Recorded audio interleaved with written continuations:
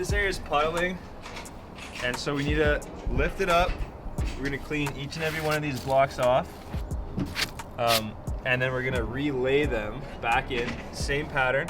That's why I'm taking pictures, so that I can remember where everything was. We're gonna relay the same blocks in, but it's gonna be level and sloping away from the house instead of accumulating water all along here. The step is also uneven. There's some puddling always here, where there's a little lip behind here. Always some puddling there. So we're gonna do the same thing. Take all the blocks out, clean them all off, clean all the old glue and sand off, and then make it pretty again. You can see it's sloping in behind here.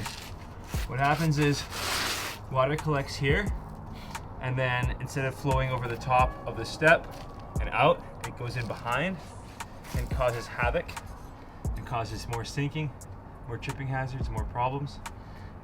Also, the sand has kind of degraded a bit, so it's more like dirt now. It's not polymeric sand as much anymore, and so that also lets water in. Water is like the #1 enemy of interlock, especially in Ottawa, because what's going to happen in the winters, we're going to have some freezes and some thaws. Water's going to get in. Water expands when it freezes, and so water will get in behind here, push.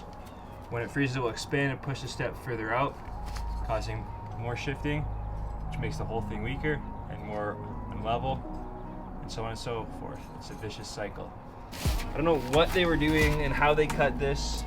This is something we often find where people are like, they're not nice people. Don't be like these people. They start getting mad at us for how the other people did their interlock. And we're like, we're just here to fix what was already kind of broken. So, oh, did you hear my back click there?